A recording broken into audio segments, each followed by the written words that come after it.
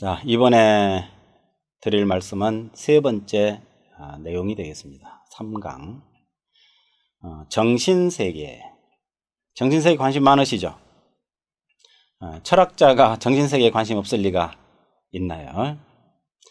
정신세계에서 심리적으로 바라보는 천간은 어떻게 이해하면 좋을까 하는 것이 이번 시간이 다뤄볼 내용이 되겠습니다. 정신을 뭔가 10가지로 제한한다는 것이 뭐 그렇게 간단한 문제는 아닐 걸로 봅니다. 그렇다고 해서 그냥 막연하게 그냥 정신은 뭐 잘 알 수 없는 것이다 이렇게 또 말할 정도는 아닙니다. 어느 정도 나름대로 뭔가 좀 규격화를 시켜서 분석하는데 기초적인 바탕을 삼자. 천간이 그런 거 아니겠습니까? 어디 있든지 이 글자가 있으면 해당되는 천간이 갖고 있는 본질적인 심리적 형태는 이와 닮은 면이 있다. 똑같다고는 못하겠죠. 똑같다 그러면 또 그것도 또한 병이라고 하겠습니다. 닮은 면이 있다. 자, 그러면은 어떻게 기본적인 구조를 이해하면 좋을 것인가, 이 점에 대해서 살펴보도록 하겠습니다. 이 내용은 사주심리학을 전반적으로 포괄적으로 또 아우르고 있는 부분이기도 합니다. 나아가서 하건충 선생이 가장 관심 가지고 대입하려고 했던 그것이기도 합니다. 십성의 심리는 여기서 출발한다, 이렇게 해도 좋을 것 같습니다.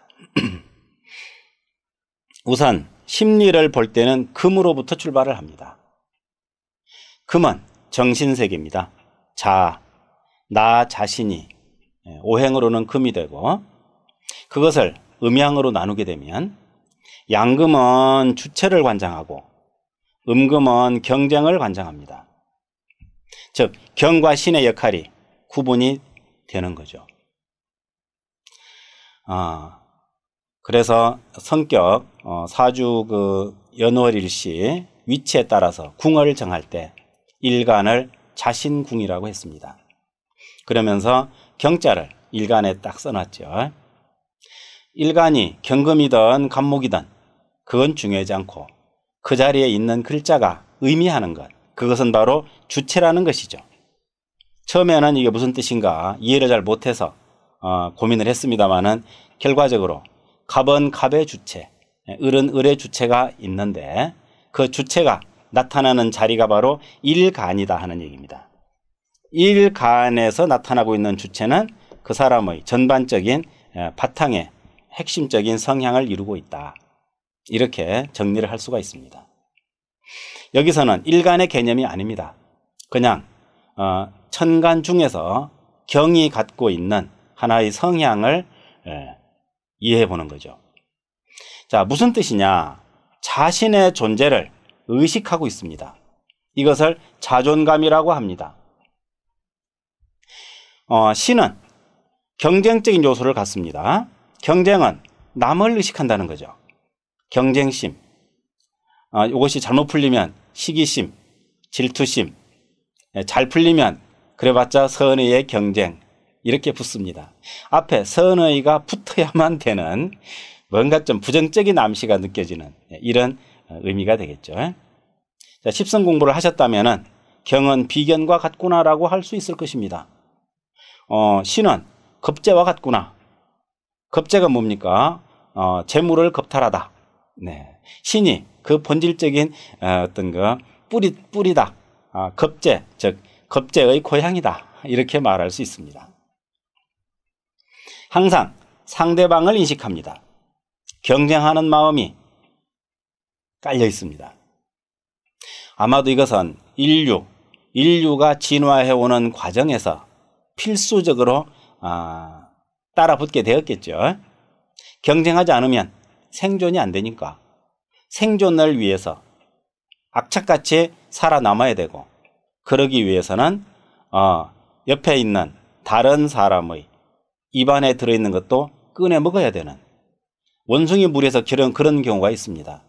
원숭이 대장이 지껏 먹고 양이 안 차면 옆에 암컷들 입에 있는 것도 빼서 먹더군요. 그걸 보면서 겁제 본능 이렇게 외쳐야 됩니다. 명리학을 자평법을 공부할 때는 모든 것이 자평법으로 보이면 좋겠죠. 한 번은 미쳐야 된다 이렇게 말을 하죠. 책 이름도 그런 게 있잖아요. 미쳐야 미친다. 한 번쯤은 몰입을 해서 그 속에 푹 빠져볼 필요가 있다는 뜻이 아닌가 싶습니다. 경쟁은 자존심을 유발시킵니다. 자존심은 항상 경쟁에서 오는 자아 성취감이라고 할까요? 네, 경쟁적인 그런 구도를 놓고 경쟁적인 구도에서 자기를 인식하고 확인하는 그런 방법을 취합니다. 의식이 밖에 있는 거죠. 자존감과 자존심의 차이를 가끔 물어볼 때가 있습니다. 공부하러 온 학생에게도 물어보죠. 크게 구분을 못하는 분도 있고 정확히 구분하는 분도 있습니다. 자존감은 자기와 싸우는 거죠. 무슨 시험은 자신과의 싸움이다. 지옥훈련은 자신과의 싸움이다.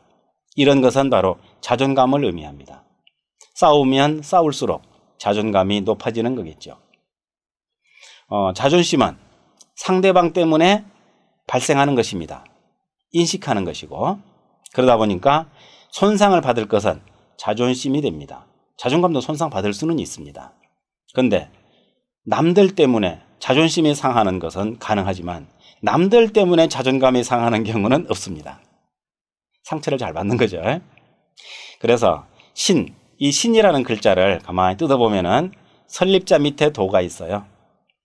도 위에 서 있다. 도를 밟고 서 있다.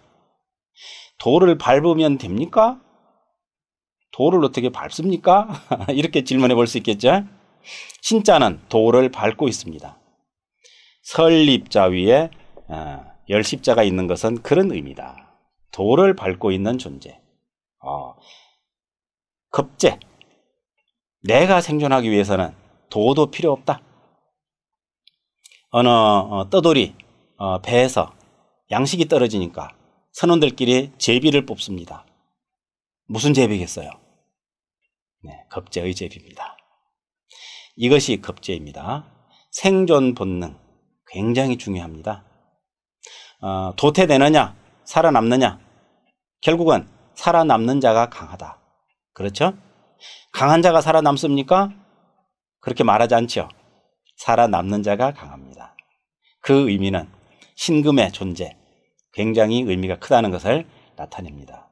일반적으로 급제라는 이름이 나쁘다고 해서 신을 나쁜 놈 이런 취급을 하는 경우도 있습니다. 그러나 그것도 한쪽 면만 본 것이죠. 상대가 급제일 때는 나쁜 놈이라고 할 수 있습니다. 내가 급제일 때는 조조가 한 말이 있습니다. 나는 너희들을 배반할 수 있지만 너희들은 나를 배반하면 안 된다. 멋진 말입니다. 그런 이기적인 말이 어딨냐고요. 급제적인 말입니다. 그래서 고전을 보면서도 이렇게 십성의 의미를 생각하면서 본다면 공부에 좀 더 도움이 되지 않을까요?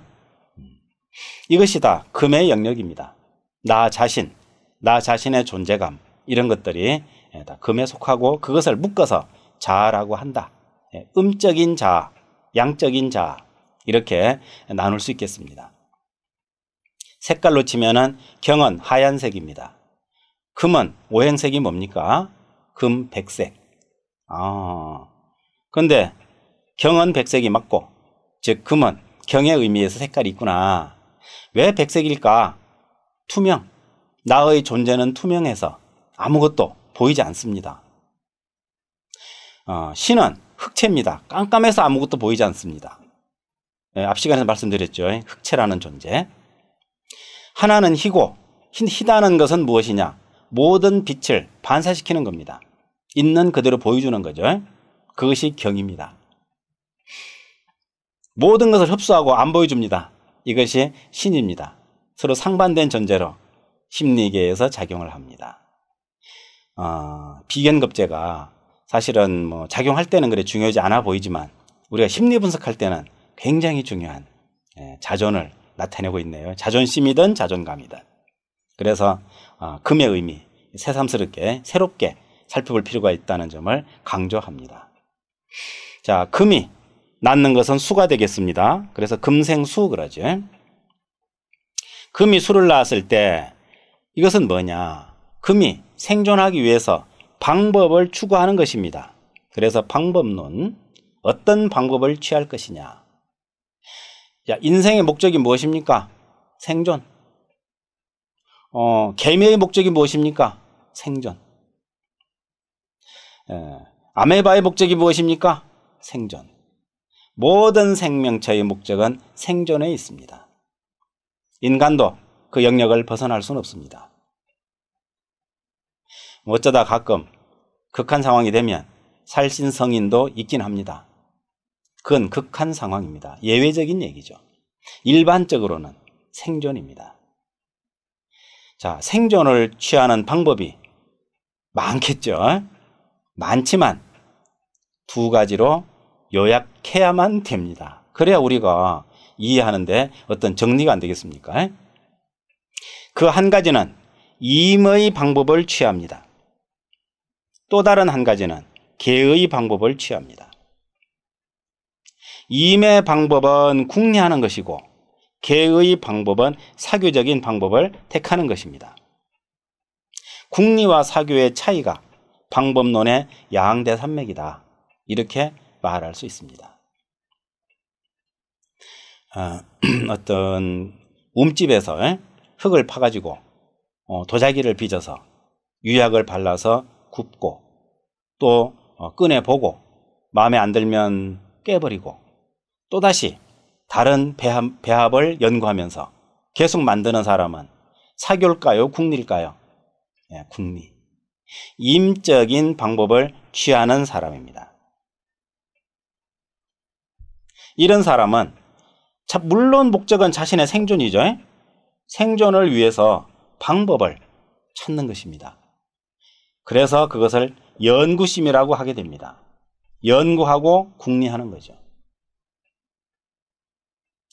뭔가 기존에 아무도 가보지 않았던 새로운 세상, 미개척지를 뚫고 나가는 것입니다.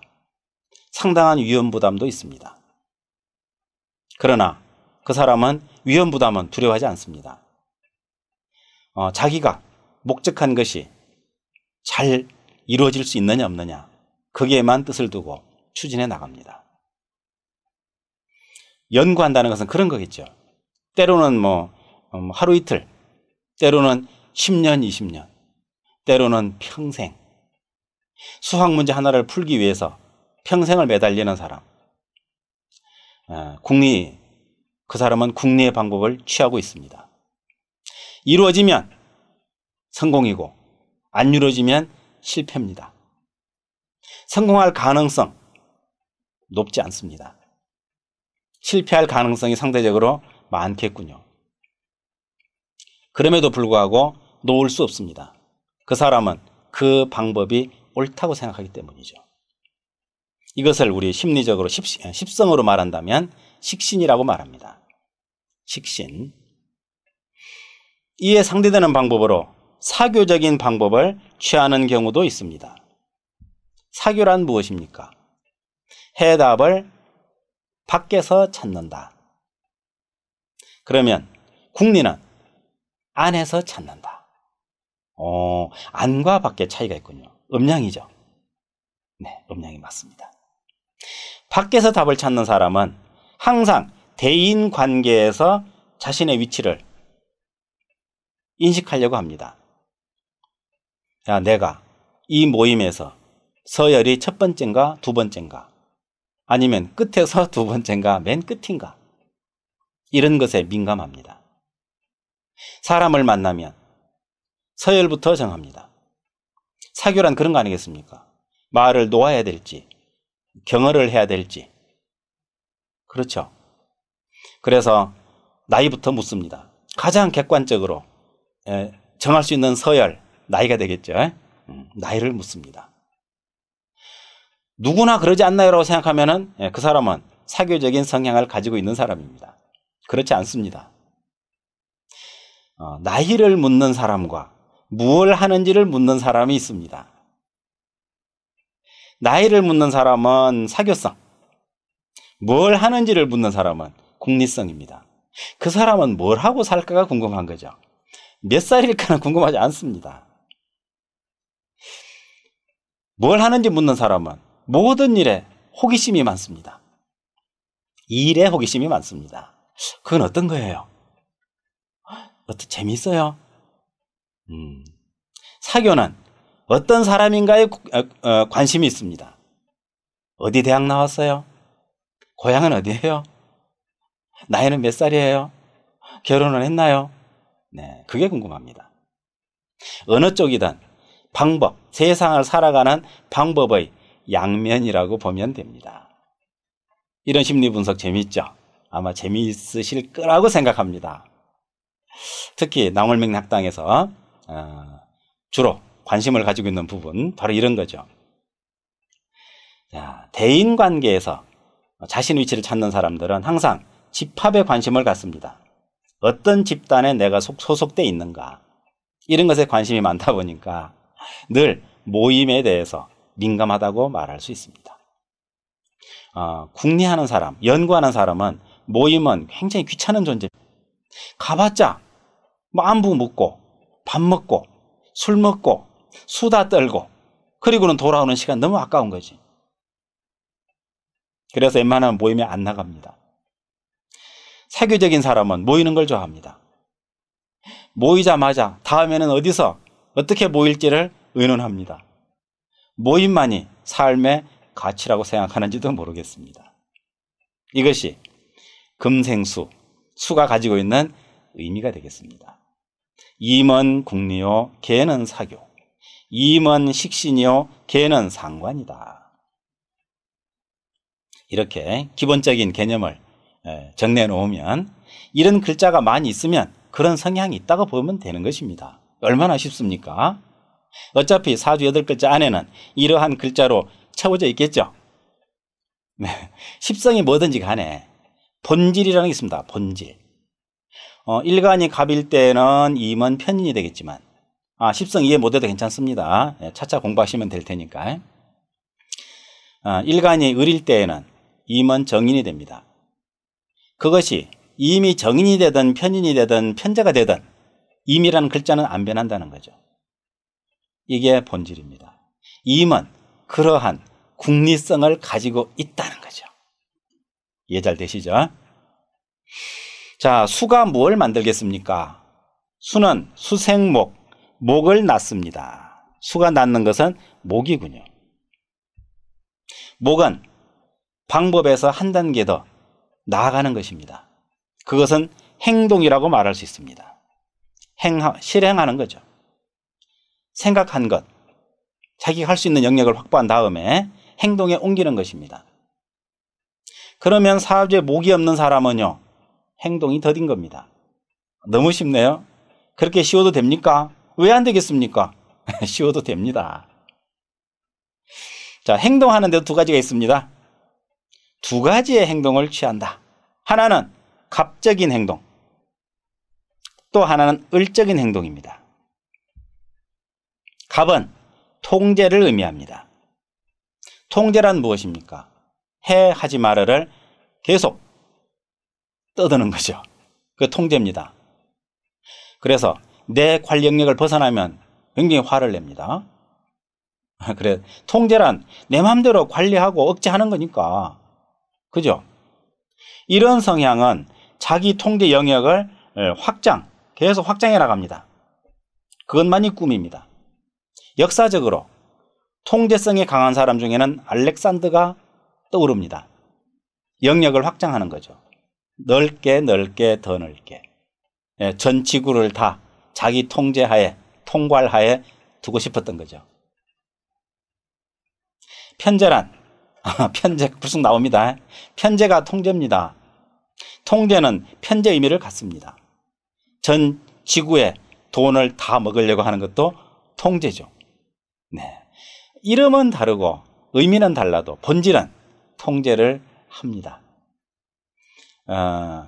앞 시간에서 갑은 동물 그랬죠. 동물. 움직이는 것입니다. 그래서 움직임으로써 뭔가를 소유하려는 이런 것, 행동파가 되는 거죠.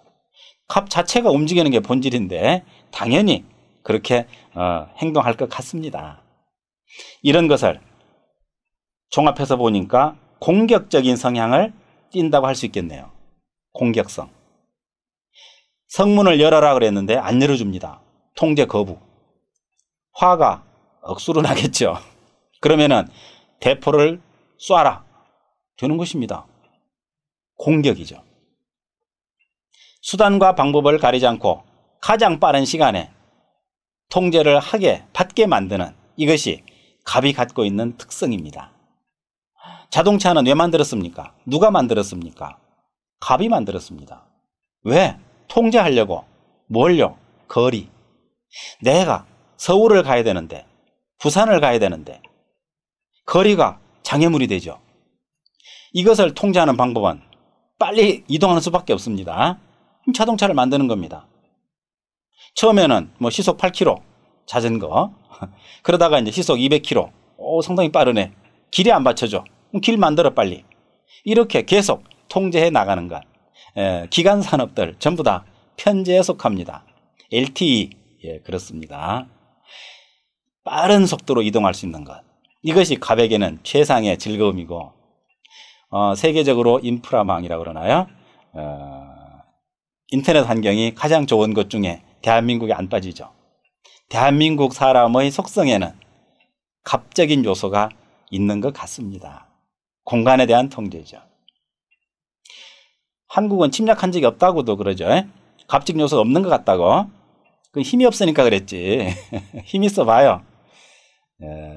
무시할 수 없습니다. 힘이 안 됐던 거 주변이 더 강하니까 중국을 치겠어요? 일본을 치겠어요? 치지 못했던 거지 안 쳤던 게 아닙니다. 우리는 철학자이기 때문에 철학적으로 관해야 됩니다. 착각하지 말자. 우리가 대한민국 백의 민족이 선량한 민족이다. 택도 없는 소리입니다. 그런 생각하면 안 됩니다. 그게 뭡니까? 국수주의. 아주 위험한 발상입니다. 자, 공격적인 방법을 취하게 되는 것이 갑이고, 이런 방법으로 우리나라의 굴지의 기업들이 세계를 장악하고 있잖아요. 세계 1위 하는 게 한둘입니까? 올림픽은 어떻습니까? 체력으로 하는 거 외라면 잘 치지 않습니다. 이게 바로 공격성 아닙니까? 갑적인 요소입니다. 대포 살 돈이 없어서 뭐 싸움은 못하지만 이런 걸로는 지지 않는다. 대단합니다. 활 쏘는 건 어때요? 궁사 엄청납니다. 다 갑적인 요소입니다. 우리는 사주적인 관점으로 모든 사람들의 행동거지를 관찰할 수 있다. 살펴보고 또 이해할 수 있다. 그래야 이걸 다 공부하신 다음에 뭐 할 거예요? 상담할 거잖아요. 그 사람에게 갑의 요소가 많으면 너는 뭔가 개척하고 뚫고 나가는 쪽으로 한번 길을 찾아보면 좋겠다. 이렇게 조언할 수 있는 거 아니겠습니까? 단지 천간만 공부했을 뿐인데 조언할 수 있는 겁니다. 물론 그만큼이겠죠. 말은 해야만 숙달이 됩니다. 배운 만큼 활용해야 됩니다. 나중에 써먹기 위해서 차곡차곡 노트에 컴퓨터 파일에 담아두면 소용없습니다. 그거는 이미 죽은 겁니다. 팔딱팔딱 살아서 숨쉬는 데이터를 가지고 활용을 해야지. 그것을 저장해 놓으면 식물인간이 되어버리는 거죠. 식물이 뭡니까? 을은 관리하는 겁니다. 데이터 관리 잘 하십니까? 그것만 해도 장하십니다. 관리만 하면 뭐해요? 이거는 관리는 어디까지나 관리가 돈이 됩니까? 되기도 합니다. 뭐 개인 신상정보, 전화번호, 뭐 주소 이런 거 모아가지고 팔죠. 네, 좀 안 좋은 사람들이 합니다. 관리도 돈이 되기는 합니다. 그러나 올바른 길이 아닌 것 같아요. 그 관리는. 관리만 해가지고는 안 됩니다. 많은 관리를 안 하면 어떻게 됩니까? 관리를 안 하면 절대 아니죠. 자, 일본 사람과 알렉산더를 비교해 봤을 때 우리 일본 시대에 일정 치하에 35년간 고통받았을 때 그 사람들은 관리의 방법을 택했습니다. 관리는 무엇입니까? 신민화, 일본 사람화 만드는 거죠.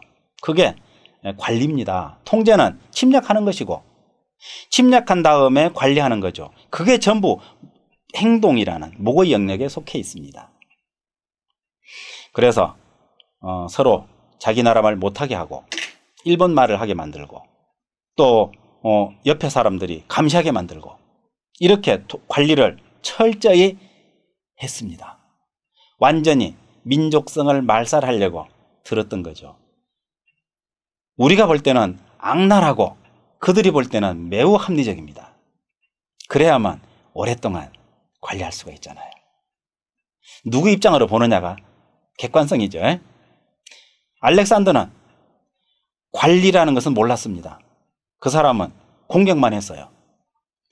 한참 치고 나가서 고국으로부터 멀어졌을 때 이미 저만지 뒤쪽에서는 오히려 정복했던 나라들이 반란을 일으키는 겁니다.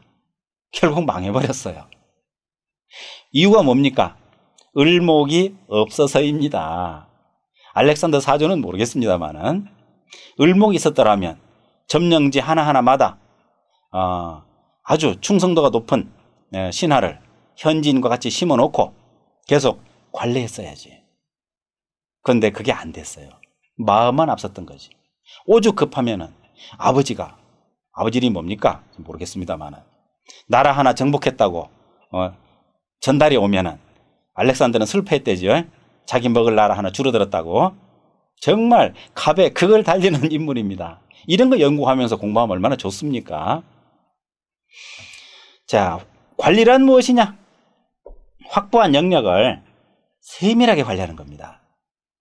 구석구석. 그래서 치밀성이라는 말을 하는 거죠. 아주 치밀하게. 대충 절대 없습니다. 이론짜리까지 계산하는 겁니다. 일전도 계산할 줄 몰라요. 그래서 이렇게 관리하는 것이 관리다 하는 점.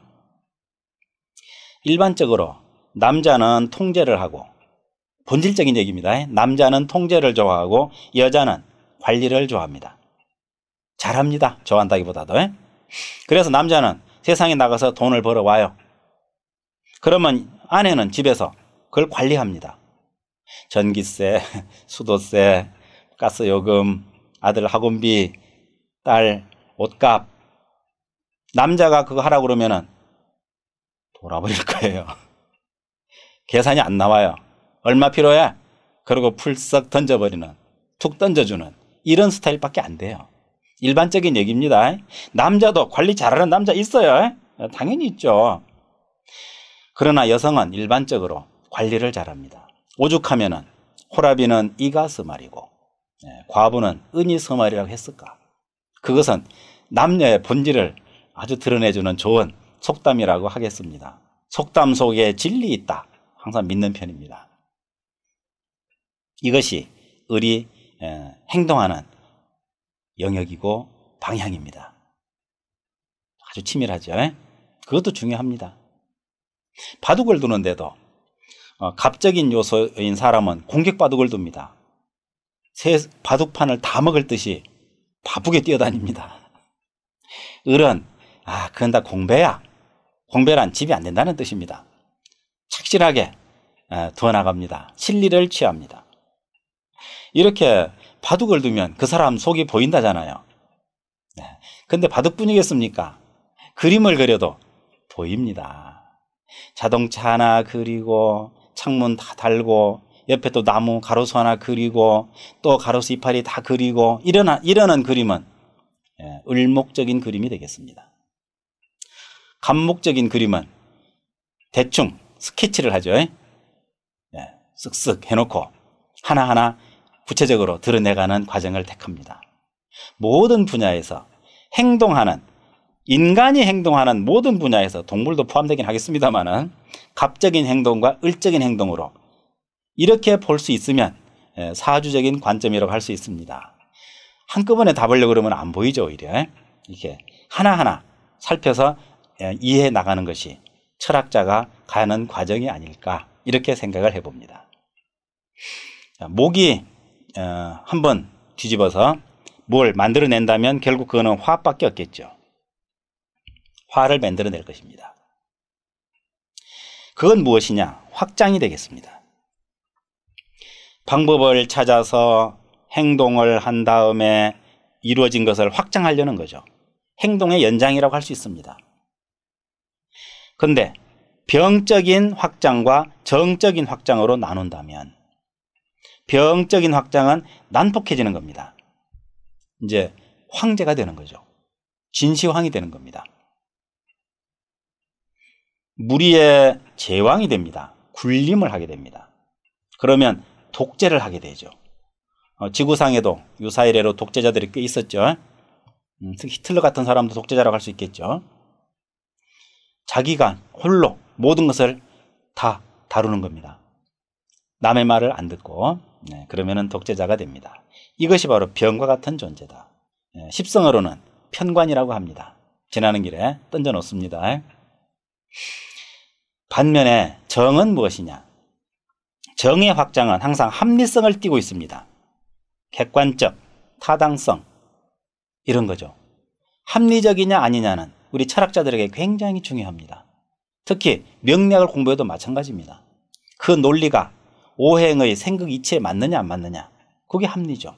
안 맞으면 던져버리고 맞으면 취합니다. 이런 합리성은 복종하는 정도에 따라 상을 줄 수 있는 거죠. 물론 왕이 되었을 때 세종 임금처럼 뭔가를 위해서 합리적으로 다스리는 사람, 성군이라 그러죠. 잘하면 상을 주고 못하면 벌을 줍니다. 왕이야 그렇다지만 일반인은요 마찬가지입니다. 가족 중에 누군가 잘하면 칭찬을 하고 잘 못하면 꾸지람을 하죠. 똑같은 이치입니다. 그런데 재밌는 것은 이치에 대해서도 마찬가지라는 겁니다. 이치에 맞으면 상을 주고 이치 안 맞으면 비난을 퍼붓는 거죠. 지금 이 이야기, 정신세계에서의 천간에 대한 이야기, 이치에 맞다고 봤습니다. 낭월의 견해죠. 이치에 맞음으로 상을 줍니다. 상을 준다는 것이 뭡니까? 이렇게 공부하시는 분한테 꺼내놓고 안내하는 것입니다. 이게 상이겠죠? 자, 병과 정의 스타일은 확연히 다릅니다. 확장하는 데도. 그래서 정은 늘 객관성이라는 것을 염두에 둡니다. 독재성과 객관성은 의미가 많이 다르죠. 결국은 확장한다는 의미에서는 같습니다. 더 많은 영역을 확장하기 위해서 합리성을 취하느냐. 합리성은 어쩌면 민주주의라고 할 수 있을런지도 모르겠네요. 자본주의는 좀 뭔가 좀 끼름직해요. 합리성이 아닌 것 같아요. 자, 화에 대해서는 이렇게 이제 확장 정도로 봐도 된다 하는 의미에서 긴 설명을 생략해도 될 것 같습니다. 마지막으로 화에서 궁극적으로 나아가는 목적지가 어디냐? 바로 토가 되겠습니다. 왕노릇 오래 하고 나면은 다 귀찮습니다. 그것도 정상이라면 그렇습니다. 그러면 뭐합니까? 안정. 토는 바로 안정입니다. 이렇게 안정을 취하려는 생각까지 갔다면 때가 되어서 왕위를 내놓고 편안하게 일반인으로 돌아간다면 그것도 안정이 되겠네요. 안정에는 무적인 안정과 기적인 안정이 있다고 말할 수 있겠습니다. 무는 신비적인 형태를 띱니다. 왕노릇 다 하고 물려주고 자식에게 옛날이니까 자신은 도 닦으러 갑니다. 명상하러 갑니다. 그렇잖아요. 이것이 바로 안정을 찾는 한 방법이 되겠습니다. 그래서 그 사람은 보이지 않는 영역을 찾아서 그걸 연구는 아니지 인식하고 거기에 몰입하는 겁니다. 형이상학적인 세계로 들어가는 문턱에 서 있는 거죠. 지금 이 강의를 보고 계신다면 이런 요소가 있을 가능성이 많습니다. 사주 적어보세요. 무토라는 존재가 있는지 없는지 살펴보면 있을 것 같습니다. 어딘가에. 기는 어떠냐? 기는 수용을 나타냅니다. 수용은 받아들이는 거고 그렇죠? 받아들여서 용납하는 겁니다. 이해할 수 있어. 이해성이 풍부합니다. 신비란 이해하는 것하고 좀 다릅니다. 무조건 받아들이는 걸 수도 있습니다. 그런데 기는 그냥 수용하는 의미로서 용납하는데 그것이 이해하고 받아들이는 겁니다. 즉 이해 안 되면 안 받아들이는 겁니다. 무는 이해하고 상관없습니다. 그냥 형이상학적으로 그게 몰입하는 것입니다. 조금 색깔이 다르다. 이렇게 말할 수 있겠네요. 남의 입장을 잘 이해를 하고 포용하는 형상을 취합니다. 가이드, 그죠? 안내자, 카운슬러, 상담자 이런 형태를 취하는 데는 기토가 어쩌면 그런 의미를 잘 할 수 있겠다 하는 걸로 생각할 수 있습니다. 남보기에 성실해 보입니다. 무토는 선객, 무사 이런 느낌이 듭니다. 직관이 아주 뛰어납니다. 무토가 하고 있는 것은 보이지 않는 영역을 인식하니까요. 영감이 아주 뛰어납니다. 그래서 이런 걸 가지고 이제 안정을 취하게 됩니다. 딱 보면 아는 거죠. 도사와 학자가 있다면 도사는 무토 쪽일 수 있겠다. 이렇게 말할 수 있겠네요. 이거는 본질입니다. 억지로 만들어지는 건 아닙니다. 기는 학자라고 말할 수 있습니다. 받아들이고 이치적으로 수용하는 거죠. 이와 같이 오행의 음량이 나눠졌을 때 그 정신세계, 물론 뭐 정신세계가 거창하면은 심리구조라 해도 괜찮습니다. 심리구조에서 이러한 성향을 갖습니다. 그 글자가 사주에 어디에 붙어 있든지 그 글자의 본질은 이렇게 생겼다고 이해하면 되겠습니다. 확실합니까? 라고 물으면 대체로 그렇습니다 해야 되겠죠. 확실한 게 있나요? 확실한 건 딱 한 가지 있습니다. 죽을 거라는 거. 그건 확실합니다. 언젠가. 그 나머지는 그저 확률입니다. 간지의 이치, 천간의 이치가 이 정도면은 써먹을 만하다. 이렇게 생각하셔야 해먹지. 이거 100% 정확해? 정확하면 하고 정확하지 않으면 안 해. 하지 마십시오. 그런 건 없습니다. 세상 천지에. 그러나 말되네. 재밌겠는데? 그러면 됩니다. 하다 보면 한 발 한 발 파고 들어가게 되고 그 과정에서 이렇게 천간의 십간의 이치가 내 것이 될 수 있습니다. 열심히 잘 정리하신 자만의 소유가 된다고 하겠습니다. 이 정도 말씀드리죠. 고생하셨습니다.